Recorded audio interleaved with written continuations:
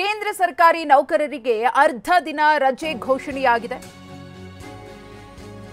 ಕೇಂದ್ರ ಸರ್ಕಾರಿ ನೌಕರರಿಗೆ ಅರ್ಧ ದಿನ ರಜೆ ಘೋಷಣೆ. ರಾಮಮಂದಿರ ಉದ್ಘಾಟನೆಯ ದಿನ ನೌಕರರಿಗೆ ಅರ್ಧ ದಿನ ರಜೆಯನ್ನ ಘೋಷಣೆ ಮಾಡಲಾಗಿದೆ.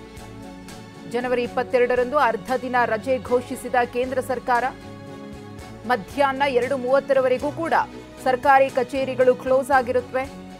ಬೆಳಗ್ಗೆಯಿಂದ ಮಧ್ಯಾಹ್ನದವರೆಗೂ ಕೂಡ ಸರ್ಕಾರಿ ಕಚೇರಿ ಬಂದ್.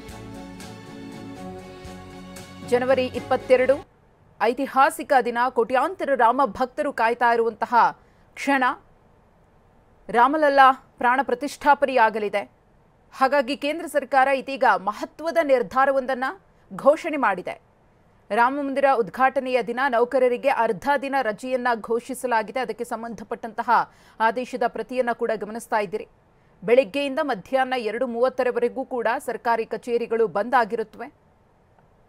ಯಾವುದೇ ರೀತಿಯ ಕೆಲಸ ಕಾರ್ಯಗಳು ಕೂಡ ನಡೆಯೋದಿಲ್ಲ. ಏನಾದರೂ ಸರ್ಕಾರಿ ಕೆಲಸವನ್ನ ನಂಬಿಕೊಂಡಿದ್ರೆ ಅಂಥವರು ಶುಕ್ರವಾರವೇ ಕೆಲಸ ಕಾರ್ಯಗಳನ್ನು ಅಥವಾ ಶನಿವಾರದ ಒಳಗಡೆ ಮುಗಿಸ್ಕೊಳ್ಬೇಕು. ಯಾಕಂದರೆ ಸೋಮವಾರ ಅರ್ಧ ದಿನ ಕಚೇರಿಗಳು ಓಪನ್ ಇರೋದಿಲ್ಲ. ನಂತರ 2:30ರ ಸುಮಾರಿಗೆ ಕಚೇರಿಗಳು ಓಪನ್ ಆಗುತ್ತವೆ. ಅಲ್ಲಿಯವರೆಗೂ ಕೂಡ ರಾಮಮಂದಿರ ಉದ್ಘಾಟನೆ ಹಾಗೂ ರಾಮಲಲ್ಲಾ ಪ್ರಾಣ ಪ್ರತಿಷ್ಠಾಪನೆಯ ಪೂಜಾ ಕೈಂಕರ್ಯಗಳಿರಬಹುದು, ಧಾರ್ಮಿಕ ವಿಧಿವಿಧಾನಗಳಿರಬಹುದು, ಅತ್ಯಂತ ಮಹತ್ವದ ಘಟ್ಟದ ಪೂಜೆ ಪುನಸ್ಕಾರಗಳನ್ನು ವೀಕ್ಷಿಸುವುದಕ್ಕೆ ಅವಕಾಶವನ್ನು ಮಾಡಿಕೊಡಲಾಗಿದೆ. ಮಧ್ಯಾಹ್ನ 2:30ರವರೆಗೂ ಕೂಡ ಸರ್ಕಾರಿ ಕಚೇರಿಗಳು ಬಂದ್ ಆಗಿರುತ್ತವೆ. ಅನೇಕ ಮಂದಿ ಈ ಕೋರಿಕೆಯನ್ನು ಇಟ್ಟಿದ್ರು.